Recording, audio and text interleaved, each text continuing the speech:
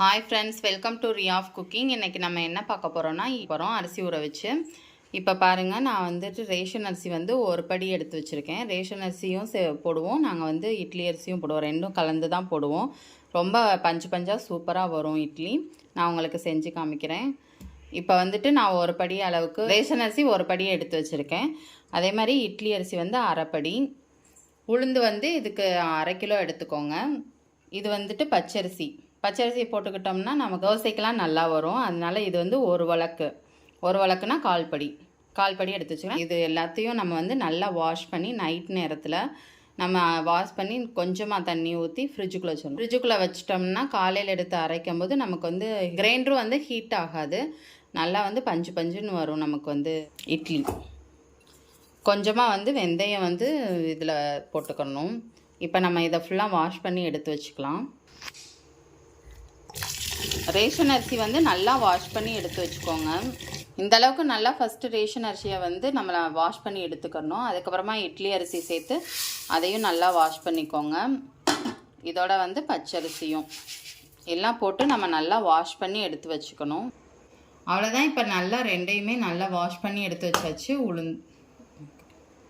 உளுந்தும் நல்லா வாஷ் பண்ணியாச்சு, அரிசியும் நல்லா வாஷ் பண்ணி எடுத்து வச்சாச்சு. நம்ம நல்லா அதை கழுவ தான் நமக்கு வந்து இட்லி வந்து பஞ்சு மாதிரி அப்படியே சுட்டு எடுத்தோம்னா வெள்ளையர்னு பஞ்சு மாதிரி சூப்பராக இருக்கும்.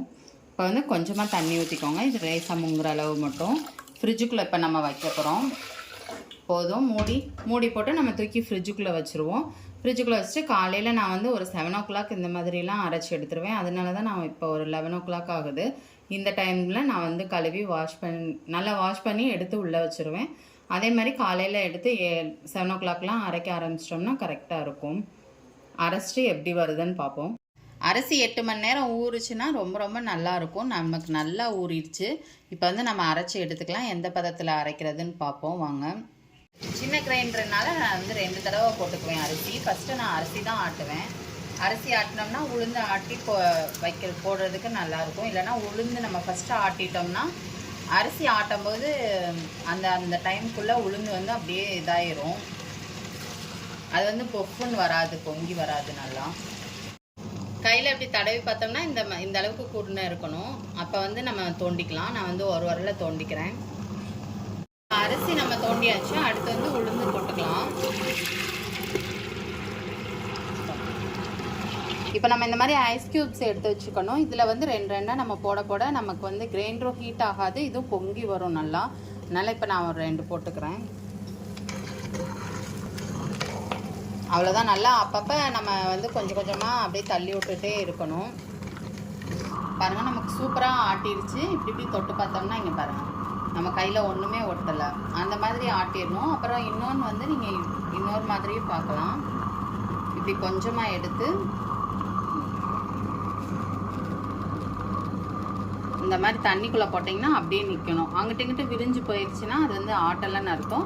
இது வந்து நமக்கு நல்லா ஆட்டிடுச்சு. இங்கே பாருங்கள், ஒன்றுமே தண்ணியில் இல்லை. இப்படி இருந்துச்சுன்னா நல்லா ஆட்டிடுச்சுன்னு அர்த்தம். நம்ம வந்து இப்போ தோண்டிக்கலாம். இப்போ நம்ம அரிசி உளுந்து எல்லாத்தையுமே அரைச்சி எடுத்துக்கிட்டாச்சு. இப்போ தேவையான அளவு உப்பு சேர்த்துக்கோங்க. உப்பு சேர்த்துட்டு கொஞ்சமாக பேக்கிங் சோடா சேர்த்துக்கோங்க. சேர்த்து ஃபுல்லாத்தையும் மிக்ஸ் பண்ணி நம்ம ஒவ்வொரு டப்பாவில் ஊற்றி வச்சுக்கலாம். நான் வந்து உடனே ஃப்ரிட்ஜுக்குள்ளே தூக்கி வச்சுருவேன். எனக்கு என்ன தேவையோ அந்தளவு மட்டும் வச்சுட்டு மிச்சத்தெல்லாம் எடுத்து நான் ஃப்ரிட்ஜுக்குள்ளே வச்சுருவேன். அதுக்கப்புறமா எனக்கு தேவைப்படும் போது 1 ஹவருக்கு முன்னாடி வெளியில் எடுத்து வச்சேன்னா புளிச்சிரும். அதுவே கரெக்டாக இருக்கும். இப்போ இதை ஃபுல்லாத்தையும் மிக்ஸ் பண்ணி வச்சுக்கலாம். நைட்டு எப்படி இட்லி இருக்குதுன்னு பார்ப்போம். இந்த மாதிரி எல்லாத்தையுமே ஃபுல்லாக போட்டு மிக்ஸ் பண்ணிக்கோங்க. பாருங்கள், இப்போ 1.25 படி நம்ம வந்து அரிசி போட்டிருக்கோம். அதுக்கேற்றாப்புல அரை கிலோ வந்து உளுந்து போட்டிருக்கோம். இப்போ 4 டப்பா வந்திருக்கு. நான் வந்து இதை மட்டும் நான் நைட்டு ஊற்றுறதுக்காக வெளியில் வச்சுப்பேன். மிச்சம் எல்லாத்தையுமே நான் வந்து ஃப்ரிட்ஜுக்குள்ளே ஸ்டோர் பண்ணிக்குவேன். எனக்கு வந்து 1 வீக் அளவுக்கு வந்து இது வரும், போதுமான அளவு வரும். வாங்க நைட்டு எப்படி இட்லி வருதுன்னு பார்ப்போம். தண்ணி இப்படி கொதிச்சதுக்கப்புறம் வச்சோம்னா நல்லா இட்லி வந்து மெதுவாக அப்படியே உப்பி வரும். இப்போ இட்லி வெந்துருச்சான்னு பார்ப்போம். லைட்டாக அப்படி தண்ணி தொளிச்சுக்கோங்க. தண்ணி தொளிச்சு லேசாக அப்படி பண்ணோம்னா நம்ம கையில் ஒட்டாமல் இருந்துச்சுன்னா இட்லி வெந்துருச்சுன்னு அர்த்தம். நம்ம கையில் ஒட்டலை, அதனால் இட்லி வெந்துருச்சு.